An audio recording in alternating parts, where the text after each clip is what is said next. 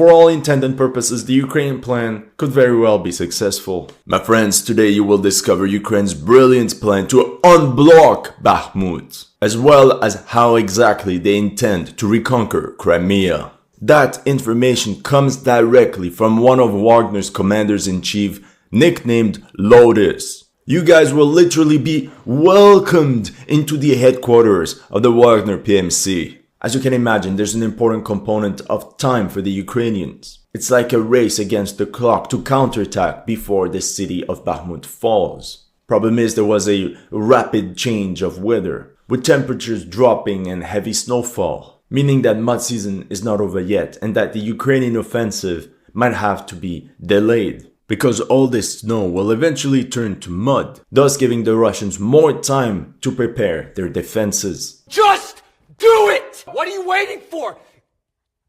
Do it! Итого, в настоящий момент группировка, нацеленная на бахмутское направление, представляет из себя состав сил и средств противника порядка 80 тысяч человек. Это всего, с дополнительным резервом. Основные задачи, которые выполняет противник на направлении Бахмута. As a reminder of the scale of the battle, do you realize what 80,000 men represents? That's the equivalent of the entire British ground forces deployed in and around Bakhmut. From an operational perspective, since the orchestra has been shifting its focus on Bakhmut proper, the Ukraine army had trouble maintaining its defenses along the outskirts of the city and had to pull back into the inner ring. Let's take a look at Defense Politics Asia's map. All this red doesn't look too good for Ukraine. And to add insult to injury, Yevgeny Prigozhin, the head of the Wagner PMC, was spotted in Bakhmut only 200 meters away from the line of contact, which was geolocated right here on the map. With that being said, I also have to point out that the Ukrainian forces avoided their front to entirely collapse. But to do so, they had to retreat from critical sectors, which I mentioned in my previous video, which could allow them to enter North Bakhmut, encircle the defenders of the Azov factory, and the Wagner assault detachments did in fact storm the industrial area of the Azov factory. This video shows the musicians of the Wagner PMC in full control of the massive Azov factory located north of Bakhmut. Truth be told, I don't know how long Ukraine can still hold South Bakhmut, since the Russians are now pushing in 3 directions. And as you can see on this map, the Ukrainians have indeed abandoned the southern districts of Bakhmut. And fighting is now taking place at the very core of the city. According to the latest news, Wagnerians just raised their flag on a high-rise building overlooking the entire urban area. It was geolocated right here, deep into the gray zone, right at the city center. It is what it is. It is what it is. Overall, the Ukrainian forces had to carry a fighting retreat in order to maintain the cohesion of their forces. These Ukrainian soldiers are taking cover somewhere in downtown Bakhmut, a landscape resembling more and more the Battle of Stalingrad. Here you can see 3 Ukrainian soldiers providing covering fire to allow the rest of their squad to retreat across the street. Численностью порядка где-то чуть больше 60 тысяч человек. В состав данной группировки, так называемая группировка, оперативно-тактическая группа. Now we're really entering the Kriegspiel, the war game of the headquarters. So we'll place the units on the map just like the chief of staff would do. So the Russians call this grouping they face around Bakhmut Tactical Group Solidar. Just by the name, we can assume that the operational goal of the Ukrainian counteroffensive is to reconquer Solidar, which they lost in January. This focus on Slavyansk and Siversk is not a coincidence. It was reported that the armed forces of Ukraine are transferring additional equipment and personnel to Slavyansk, and large number of military convoys coming from the Kharkiv region. And just by looking at the map, we can see that the Ukrainians hold this massive bulge that could rapidly expand in Russian rears. That's why they never abandoned this salient in the first place, because they always had in mind their counterattack. С северного направления сформирована так называемая тактическая группа «Карпаты». Состав поподробнее сейчас с каждой группировки скажу. Тактическая группа «Карпаты».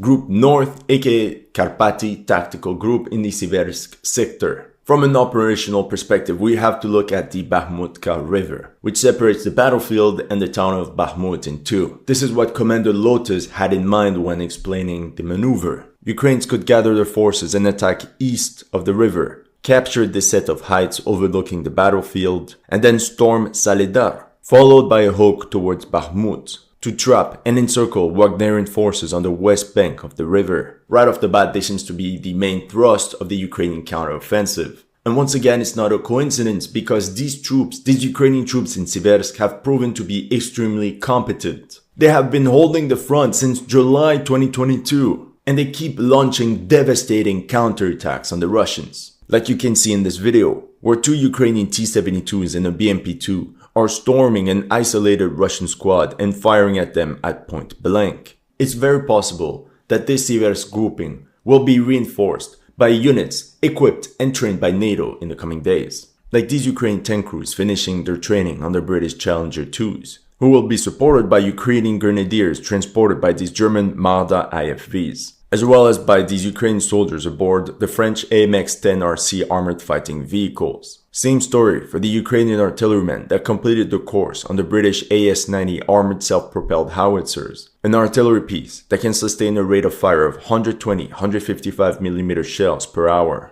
And regarding artillery, the Kyiv Independent reports that France will double its supply of 105mm shells to Ukraine, bringing it up to 2,000 per month. Ukraine fires 2,000 artillery shells for breakfast! It's like if you're at the restaurant and the waiter opens his hand like that for a tip and you just slap him on the hand.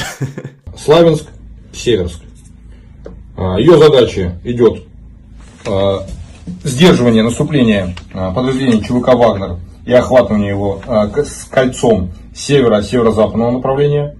Общая численность порядка 13 с копейками тысяч группировка. В состав нее входит порядка 19 бригад неполного состава, где-то 54 батальона. Достаточное количество танков, бронированных машин, орудий полевой артиллерии. РСЗО покажет, там число не будем сейчас вдаваться в подробности. Now here's a very interesting piece of information for us. They estimate the size of this Karpaty tactical group at 13,000 men. But what was strange is that Commander Lotus mentioned that the Ukrainians had 19 incomplete brigades. It's separated in 54 battalions. But if we do the math, 13,000 men divided in 54 battalions, that would mean that each Ukrainian battalion is standing at about 240 men, far from the regular 800 to 1,000 military personnel. That's roughly a quarter of the actual combat value of the unit. And 54 battalions separated in 19 brigades means an average of 3 battalions per brigade, instead of the regular 4. I don't know, that seems very extreme. That would mean that Ukrainian brigades are actually 750 men strong instead of the usual 4,000 men. Sadly, that confirms a theory I talked about in my previous video. Option 2 is that these brigades are only token brigades, to give the impression of big military formations, but in reality they would be much smaller in size. Welcome to History Legends, and here are the latest news of the Russo-Ukrainian war. If you're new to this channel, make sure to like and subscribe. As you know, just like with many other commentators, some of my Ukraine videos have been targeted with limited or no ads. So make sure to check out my Patreon or PayPal to keep the show running. Thank you to everyone that has helped, and welcome to the headquarters. Дальше. Тактическая группа «Бахмут» тоже насчитывает в самом населенном пункте, который противодействует ЧВК «Вагнер», порядка под 14 тысяч человек. В ее состав входит почти 17 бригад неполного состава, это где-то 47 батальонов, которые сейчас противодействуют нам в самом населенном пункте. Now we move on to the very important Bakhmut tactical group that they estimate at 14,000 men. Quite significant if you ask me, because Western reports a couple weeks ago mentioned that there were only 4,000 Ukrainians in the city. Truth is, the fighting there has intensified, and Wagner concentrated all its forces, its best units, to storm the urban area, with the musicians having to fight block for block. Ukrainians currently hold 4 sectors that we consider to be vital, that are marked as P, A, W, G. Sectors P and G, which control the supply lines going into Bakhmut. You have Sector A, an area with many high-rise buildings. And then Sector W, the train station, which separates the western part of the city in two. At this moment, because Ukrainians brought so many reinforcements there, I can't imagine a Russian breakthrough in the areas of PAG. I marked on the map the current axis of attack of Wagner assault squads. Since the musicians are attempting to break through downtown Bakhmut, we could expect them to focus their attention on reaching the train station W, which would segment Ukrainian defenses east of the railway line and allow them to bypass this other industrial area. Now facing pressure from the north and the south, Wagnerians could capture the railway station and move on to the storming of the high-rise building of Sector A, whose capture would effectively end the Battle of Bakhmut. But we're not there yet. Here you can see what seems to be a Ukrainian T-72M1 donated by Poland, providing suppressive fire before relocating from one firing position to another. However, tanks can also end up as easy prey in urban areas when not properly supported by infantry. And since Wagner has now shifted its focus on Bakhmut, so did its artillery. During the day, Russian drone operators are helping their artillery fire into big fortified buildings. The shelling then intensifies at nighttime. I counted 20 shells falling upon these Ukrainian-held positions within 30 seconds. Because of the constant bombardment and enemy snipers, Ukrainian soldiers have to run in dashes from one hiding spot to another. However, whenever possible, Ukrainian soldiers prefer to man underground positions. Meanwhile, this squad of about 9 Ukrainians is resting in some basement, where they store all their personal belongings, ammunition, with seemingly pretty good internet access. Большое спасибо, History Legends. Thanks to your video, we managed to withdraw in time. Хорошо. And many famous people have fallen to defend it. Like this 4-time world champion in kickboxing, Vitaly Merinov, who succumbed in the hospital from the wounds he sustained in battle. He volunteered for the Ukraine army on the first day of the war. He now leaves behind his wife and a 2-year-old daughter.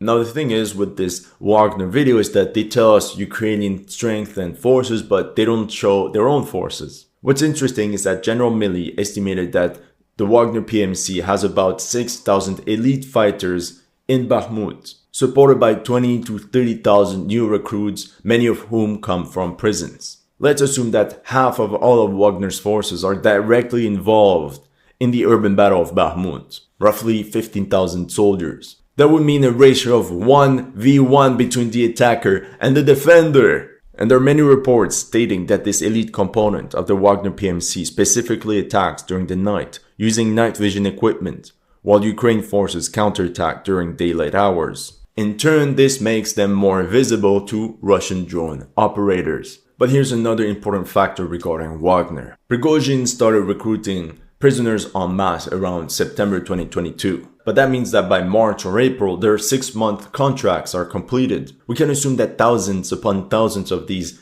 recruits from prisons have returned home. And since Wagner was barred by the Russian government to continue its recruitment campaign in prisons, this loss of manpower significantly weakens the fighting ability of the Wagner PMC, which could explain the following. Since the start of March 2023, Wagner has set up outreach teams based in sports centers in at least 40 locations across Russia. As you can see in this video, there's an increased effort to recruit in Russia's sporting clubs, like boxing and martial arts, but also regular gyms as well. And that's also why they're posting videos like this one, which says, "Do you want to be as strong as me? Come carry artillery shells." Дальше получается юго-западное направление. Тактическая группа «Адам». В ее состав входит порядка 9 бригад, где-то около 24 батальонов. Численный состав около 7 тысяч человек. Now let's position the Adam tactical group around the city of Ivanivske, according to them defended by 7,000 Ukrainian soldiers. Now this sector is vital. It prevents the Russians from completing the encirclement of Bakhmut, and it allows supply trucks to move in and out of the city to bring essential goods. But as you can see in this clip, notice the destruction from Russian shelling all along this road. The Russians have tried to capture the town of Ivanivske for weeks. But in the end, the open ground to the south made any frontal attacks impossible. Only remained this forested area west of the town. But the Ukrainians launched counterattack after counterattack to prevent the Russians from settling in. Дальше. Тактическая группа «Азов». Она проводит наступательные действия и оборонительные действия против наших подразделений с юга, с юго-западного направления от населенного пункта Бахмут. В ее состав входит порядка 15 бригад, это около 42 батальонов, численный состав под 13 тысяч человек.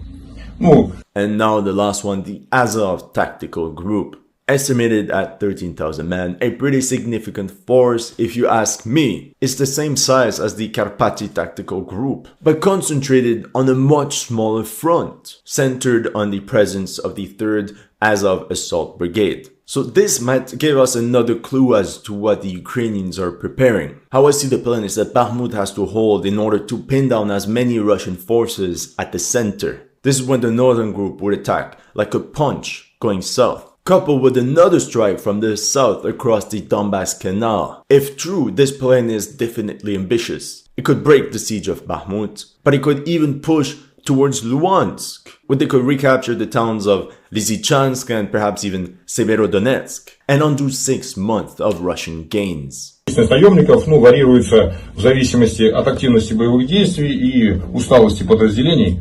Где-то от 2 до 3 тысяч может постоянно варьироваться. Наемники не так воюют, как украинские бойцы. Now, from all the reports I read, it's true that the bulk of foreign volunteers in Ukraine are fighting in and around Bakhmut. But 2,000 to 3,000 seems quite a lot if you ask me, because there's actual very little footage from these foreign volunteers released online compared to footage from Ukrainian soldiers. It could just be a joke or PR stunt to lowball the foreign fighters.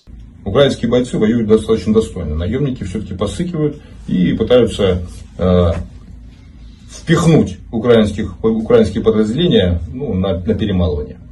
Они просто за деньги, эти за идею. В общем, понты колотят. Так точно. Именно так. You see, that's exactly what I meant. I don't think we have to take this seriously. This seems to be like some typical Wagner trolling. Плюс ко всей этой группировке Министерство обороны Украины сформировало дополнительные группировки по деблокированию Бахмута для противодействия захлопывания клещей вокруг бахмутского направления и населенного пункта Бахмут.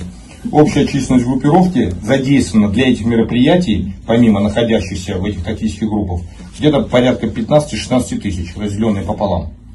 Like he said, we positioned 8,000 reserves in the north and another 8,000 in the south. If all the information we mapped out is accurate, then the Ukrainian axis of attack is no mystery at all. Perhaps, like we mentioned before, those reserves will be the troops equipped by the West. The morale on the Ukrainian side seems to be at an all-time high, because their troops will be equipped with dozens of American M2 Bradley's infantry fighting vehicles that can each carry 6 to 7 soldiers, while firing their machine guns and their 25mm Bushmaster chain gun. On top of that, the Americans also sent them lightweight mine rollers mounted on Stryker engineering fighting vehicles, which would allow the Ukrainians to cross over minefields unscattered. And according to this post, it's the paratroopers of the newly formed Ukrainian 82nd Air Assault Brigade that will be equipped with the US-donated Stryker vehicles. And interestingly, I could not find this unit on the deployment map, which means its position is top secret, and with almost certainty, this unit will be used for offensive operations right at the spearhead. Now, to be honest, we have very little information about the actual Russian defenses around Bakhmut, probably because it's also considered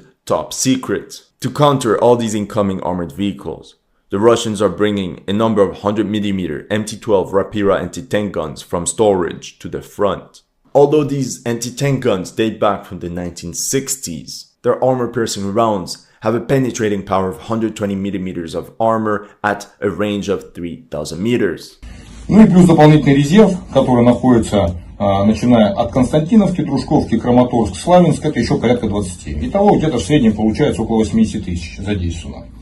And then Commander Lotus estimates that the Ukrainians have another 20,000 men in reserve along the Slavyansk-Konstantinivka line. Let's assume 5,000 men in each city. This is a pretty sound disposition of forces. They have two main strike groups positioned north and south, facing X amount of regular Russian army units and not the Wagner PMC. Each of these strike groups has a local reserve that they can call in as immediate reinforcements to exploit any breakthrough. And lastly, Ukrainians have this operational reserve that can intervene north or south depending on which axis performs the best, and where all these reserves can be poured into the breach for the KO. For all intent and purposes, the Ukrainian plan could very well be successful. And now you understand why Wagner is pushing so hard to capture the town of Bakhmut ASAP. Because if the city of Bakhmut falls, that would free up thousands of Russian soldiers that could be deployed left and right.